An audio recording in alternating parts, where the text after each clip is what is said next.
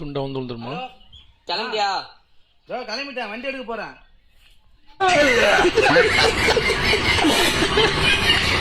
இது வேற யாரும் இல்லை, நான் தான் ஒத்துக்கிறேன். அஜ்மல், இது நான் தான்ப்பா.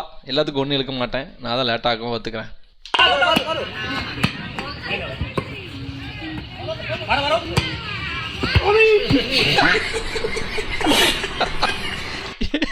தலையை வச்சு அடிச்சு. ஓகே, அதுக்கப்புறம் கையை வேற கொண்டு போனாரு. த டேட் ஆஃப் த இயரா?